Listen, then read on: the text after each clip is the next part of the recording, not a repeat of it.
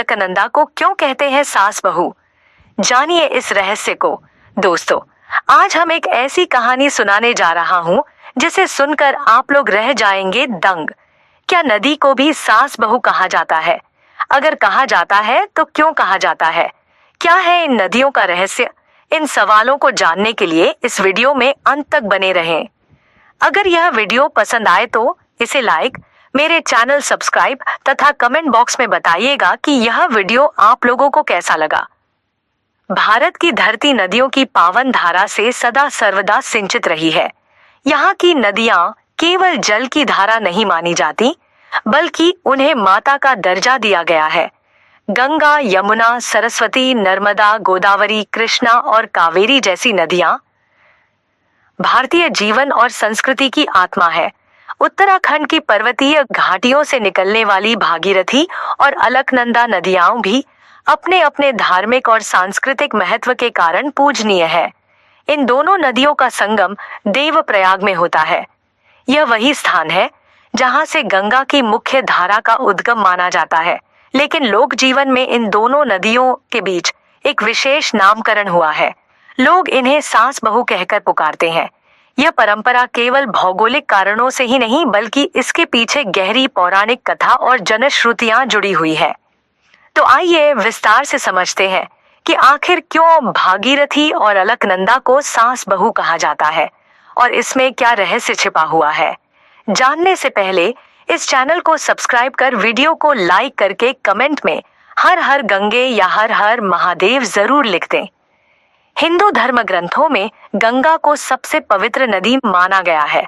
माना जाता है कि गंगा स्वर्ग से पृथ्वी पर अवतरित हुई थी। राजा भागीरथ की कठोर तपस्या के परिणाम स्वरूप गंगा ने पृथ्वी पर अवतरण किया ताकि उनके पूर्वजों का उद्धार हो सके। इसीलिए हिमालय से निकलने वाली मुख्य धारा का नाम भागीरथी रखा गया, क्योंकि वही धारा गंगा के पृथ्वी पर प्रकट होने का प्रतीक है। दूसरी ओर अलकनंदा का उद्गम बद्रीनाथ धाम के पास सतोपंथ ग्लेशियर से माना जाता है। यह नदी विष्णु प्रिया कही जाती है और बद्रीनाथ धाम के कारण इसका धार्मिक महत्व और बढ़ जाता है। भागीरथी और अलकनंदा दोनों देवप्रयाग में आकर मिलती हैं। यहाँ से दोनों मिलकर गंगा के नाम से जानी जाती है। देवप्रयाग का यह संगम केवल धार्मिक ही नहीं, बल्कि सांस्कृतिक और पौराणिक दृष्टि से भी अद्भुत महत्व रखता है। क्यों कहा जाता है इन्हें सास बहू? आइए ये भी जान लेते हैं। 1. धारा के स्वरूप और स्वभाव से तुलना। भागीरथी नदी बहुत तेज, उग्र और प्रचंड वेग से बहती है। उसकी धारा शोर मचाती है, मानो वह क्रोधी और गुस्सैल स्वभाव की हो।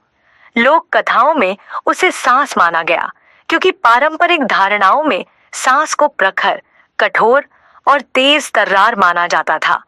अलकनंदा नदी अपेक्षाकृत शांत, सौम्य और कोमल मानी जाती है।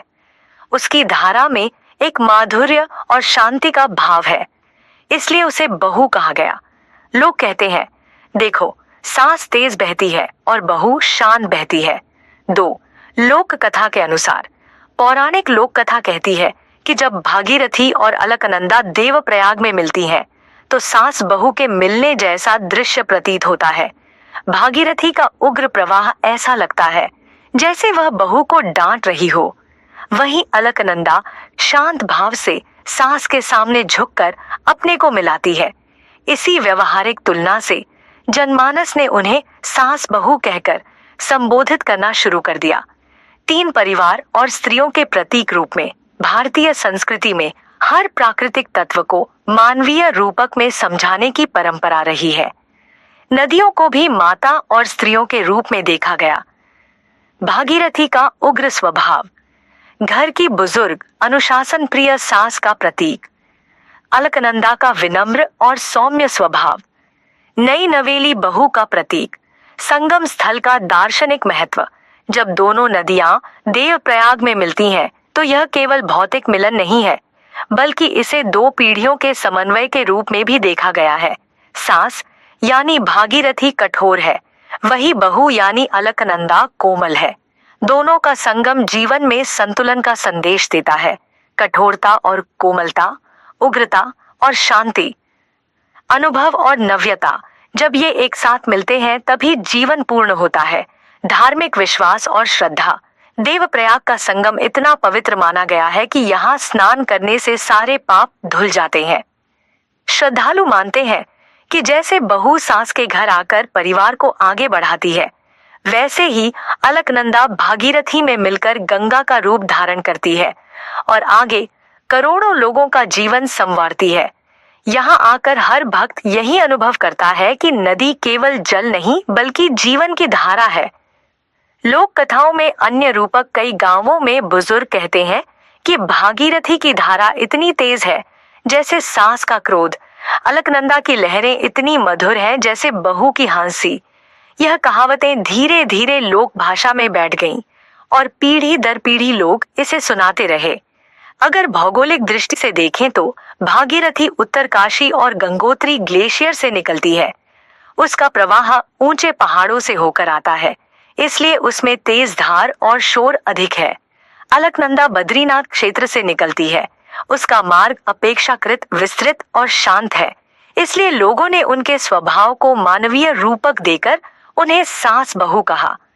सांस्कृतिक परंपरा उत्तराखंड के कई मेले, लोकगीत और कथाओं में भागीरथी और अलकनंदा को सास बहू के नाम से याद किया जाता है। गांव की महिलाएं गाती हैं, भागीरथी सास कठोर, अलकनंदा बहू कोमल। आध्यात्मिक संदेश, इस कथा का मुख्य संदेश यह है कि जीवन में कठोरता और कोमलता दोनों का होना आवश्यक है। यदि केवल कठोरता हो तो जीवन रूखा हो जाता है और यदि केवल कोमलता हो तो मजबूती नहीं रहती। भागीरथी और अलकनंदा का संगम हमें यही सिखाता है कि दोनों मिलकर ही गंगा बनती हैं और मानव जीवन को पूर्ण करती हैं। निष्कर्ष, भागीरथी और अलकनंदा को सास बहू कहने की परंपरा केवल एक लोक कथा नहीं है, बल्कि यह भारतीय जीवन दर्शन का प्रतीक है। भागीरथी का उग्र स्वभाव सास का प्रतीक है, अलकनंदा की शांति बहू का प्रतीक है।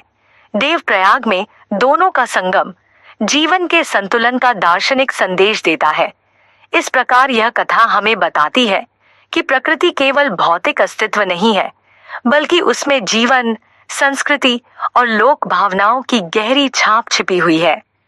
Thanks for watching my video.